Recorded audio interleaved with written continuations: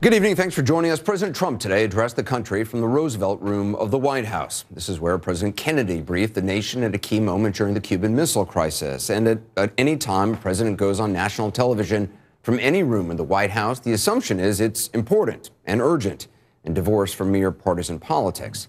In 1962, remember, there really were Soviet missiles in Cuba. They really did carry nuclear warheads. They really were pointed at this country. It was a dire threat and an urgent one. The question tonight is, does what the president talked about today, the caravan in Mexico and the asylum process, rise to the level of a crisis that requires thousands of American troops to rush the border? Or does a fast approaching election have more to do with what he said today than slow walking asylum seekers? How you answer that question may depend on how you view the president's truthfulness, which is why we want to start very quickly with how the president himself views it. Have you always been Well, I truthful? try. I mean, I do try. I think you try too. You say things about me that are not necessarily correct. I do try, and I always want to tell the truth. When I can, I tell the truth. I mean, sometimes it turns out to be where something happens that's different or there's a change, but I always like to be truthful. That is the President of the United States telling ABC News' Jonathan Karl that he tells the truth when he can, which raises the obvious question, when can he not tell the truth? For most presidents, the answer is very, very rarely, usually to safeguard some greater secret, which might compromise national security if it got out. For this president, what day is it? Here's the president yesterday winking at a conspiracy theory, insinuating it's true when, in fact, there's no evidence that it is.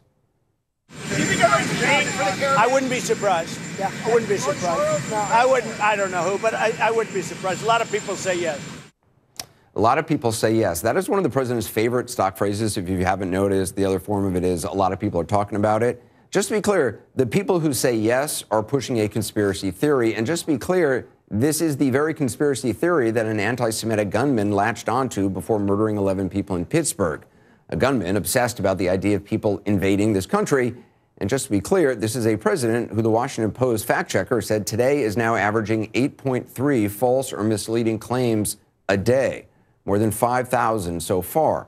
So consider that as you consider this. Some people call it an invasion. It's like an invasion. They have violently overrun the Mexican border. You saw that 2 days ago. These are tough people in many cases. A lot of young men, strong men, and a lot of men that maybe we don't want in our country. Well, that's part of the president's address today, at which we were told to expect new policy on asylum seekers. Instead, the president merely promised to issue an executive order sometime next week. And when pressed for what it would contain, he said, and I'm quoting here, it's going to be talking about everything, which is kind of what the president did today. Here he is talking about the number of undocumented immigrants in this country. And the overall number could be 10 million people, could be 12 million people, could be 20 million people.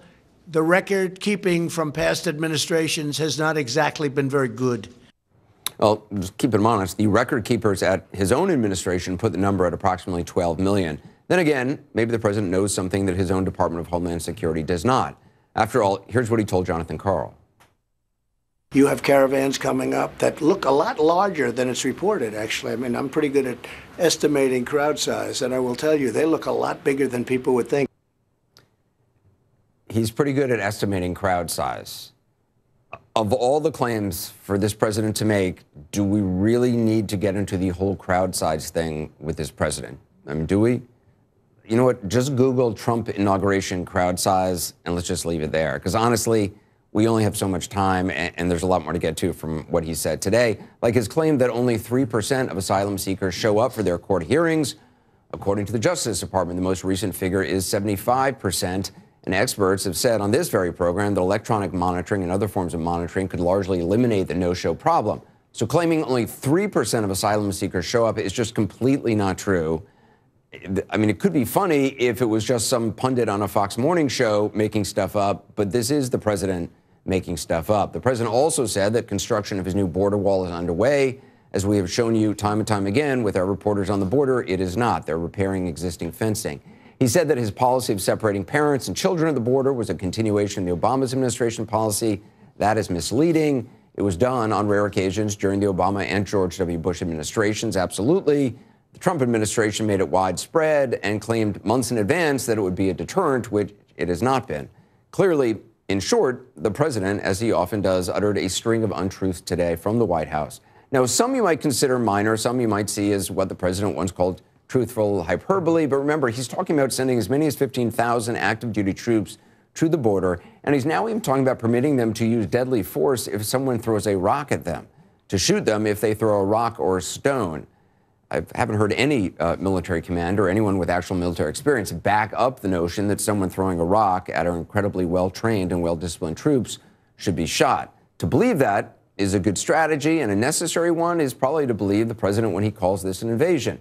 It's probably to believe it's the president when he says that unknown Middle Easterners are part of the caravan or suggests ICE members are. Only in the next breath, he said he had no proof of that. To believe this idea is an immediate threat requiring 3 times the number of active duty troops as are currently in Iraq is to believe some pretty big assertions from a president who routinely utters falsehoods, both big and small. But don't take my word for it. Take it from him. Have you always Well, been I try. truthful? I mean, I do try. I think you try too. You say things about me that are not necessarily correct. I do try, and I always want to tell the truth. When I can, I tell the truth. I mean, sometimes it turns out to be where something happens that's different or there's a change, but I always like to be truthful. Joining us now, strategic analyst and author, retired Army Lieutenant Colonel Ralph Peters. Thanks so much for joining us. There's a lot to talk to you about. I'm just wondering overall what went through your mind when you heard the president's remarks from the Roosevelt Room today. Well, it's really difficult for me because I want to take the President of the United States seriously. But he manages to be at once an embarrassing fool and an insidious menace. He's the antithesis of the America that I and my military comrades meant to defend, if necessary, with our lives. He's an un-American American president. An un-American American president. Yes, I think so, Anderson. And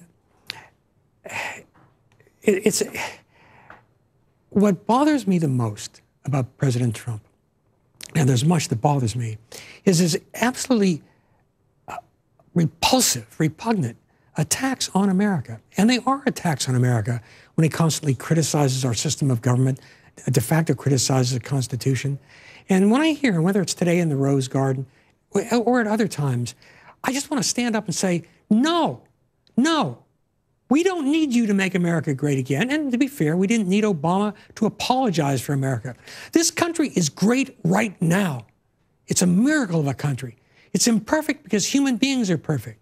But we live in a golden age. The average American has incredible privileges. And we've become an ungrateful nation, a nation pointing fingers at each other, a nation divided often over trivialities. We're forgetting that we're all Americans. And so that divisiveness, and I'm all for strong political arguments, but that bothers me the most. Again, we live in a golden age, and we cling to grievances, often petty grievances. We have to remember how lucky we are to be here. Those people marching north from Central America, whatever you think of them, and there are many ways to look at that problem, they are not coming here or trying to come here because this is such an awful country. They're coming here because despite Trump, despite propaganda over the years, this country is still the dream, the global dream. And Trump, as president, abdicates the responsibility to lead that dream, to lead the dreamers, small d dreamers. When he talks about, I mean, you've served the military for a long time. When he talks about telling troops, to shoot people who are throwing rocks at them, I mean, just from a military strategy, I don't know of any military commander who would say that that is actually what U.S. military policy is, that that's the code of conduct that the U.S. military conducts itself with. No, it's a little too Kent State for me, but... it also, has ripple effects that you can't even... you shoot into a crowd of people, look, things happen. Our active duty, our troops are not going to do that. Right. Commanders aren't going to order them to do that. The president, who in my mind is a draft dodger, President of the United States is a draft dodger playing with our troops. This idea of sending 15,000 troops to the southern border right now It's an election ploy. There's no You have plan. no doubt about that, because No. they're not manning the border wall with guns. I mean, they will be in support positions, just as National Guard troops are in support positions. Right, but we don't even have support positions for them. There's no plan to use 15,000 or 10,000 or even 5,000 troops for purely partisan political purposes. Trump is ripping these soldiers, airmen, Marines, sailors, Navy corpsmen. He's ripping them away from their training, which is vital. And also, by the way, to show you how much President Trump really loves our troops, he's ripping them away from their families with the holiday season coming. Now, the soldiers are used to that. You know, they understand their duty, and they're glad to do their duty and proud to do their duty. But when they are manipulated for partisan political purposes, it literally is disgraceful. I mean, especially soldiers, frankly, who have served, or Marines, sailors, who have served multiple tours of duty. I mean, the military has... They've been away from home a lot. Yeah, I mean, for the lifetime of many people who are in the military, I mean, this has been an extraordinary number of deployments. Yeah, and the military can provide some assets to border security. It can provide aerial reconnaissance. It can provide transportation and logistics. But we're already doing that. So this is a stunt. Yeah. But the other thing he said yesterday, which really it didn't get a lot of attention, but he said he was threatening cutting off aid to El Salvador, some of these countries where people are coming from. If you want to prevent, now, I mean, look, international aid is a topic rife for discussion and criticism. But if you are trying to stop people from leaving these places, pretty much everybody I've talked to who actually works on this issue on the front line says we actually need to be doing more to keep people in place, to make situations better and give more opportunities for people so they're not leaving Honduras or El Salvador. It's actually cheaper than waiting on this end.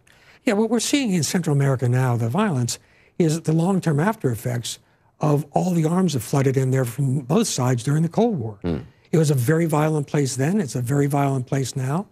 The subject of immigration, for me, is very fraught because I truly believe that both sides are failing us and failing the human beings involved. On the right, they will not, the far right, the hard right, will not admit that we need immigrants, that we thrive on immigrants. Yet we need them to pick crops and we need them to start tech companies. That's the lifeblood, the fresh blood that keeps the country going. At the same time, those on the left need to accept the fact that we have a right to sovereign borders. We have a right to know who's coming here, and we have a right to select who comes here. We should be generous in our selection. We should be open to legitimate asylum claims, but asylum claims should not become a scam. And I really feel that if people in both parties, on both sides, wanted to solve this with intelligent, humane compromises, we could do it. But I fear it's become such a powerful electoral issue for both parties that we're not going to see movement. And meanwhile, real human beings, whether they're would-be migrants or native-born Americans, are caught in the middle of all this, and it is a national disgrace. That's something we can be ashamed of. And just, the notion, do you see the people coming as invaders? Is that a term that should be used? Well, if they come marching up with guns and tanks and airplanes, yep, that's invaders. We have actually been invaded quite recently by the Russians in the 2016 election. It's a new kind of invasion, but I'd call what the Russians did an invasion. The president doesn't have a problem with that. And look, in those columns coming north, I'm sure there are people we don't want to have here. Sure. But there are other people we may want here. And when you look at it theoretically, coldly, it looks one way. But when you meet real human beings, the people who are adding to this country every day from all parts. You just had a conversation with one before we went on the air today from Somalia. I mean, these are human beings, and let us do the American thing and judge them not as groups, but as individuals, and that's what our immigration system should do. Look at them as individual human beings and not as either an invasion, nor can we open our borders completely. It's just logistically impossible to support it. So what I think both sides lack is the necessary integrity and commitment to solve this solvable problem. It is incredible that we're at a time when what you're saying, which is a moderate, balanced position is a position that you don't hear very much being voiced by anybody in Washington. I mean, people have gone to their corners and are seeing things through a very particular lens. Well, I think, to be honest, and I've been around Washington a while now, it has degenerated. And it started with Newt Gingrich, and it's gone downhill from there on both sides. You're not attracting with notable exceptions, we're not attracting the quality people into government we once did. So many people I meet, legislators on down, are inferior to those of previous generations. Now, there are many exceptions, but look at the scandals. They cannot even speak in complete sentences. Thank God we have some military veterans coming in because they're adding a new dose of realism. And, when it comes to presidents, if we could be honest about it and nonpartisan, we haven't had a fully qualified statesman for over a quarter century. We're electing personalities. I heard somebody just today say, well, we want to elect somebody we can have a beer with. No, that's the wrong criteria for a president. You want somebody who can be the leader of the free world, an influence for the good in the entire world, and who can save our country from foreign threats and domestic threats, for that matter. And what are we getting? Mediocrity after mediocrity from both parties. Colonel Peters, I appreciate you always. Thank you. That joyous message. Well, it's a real message. Coming up next.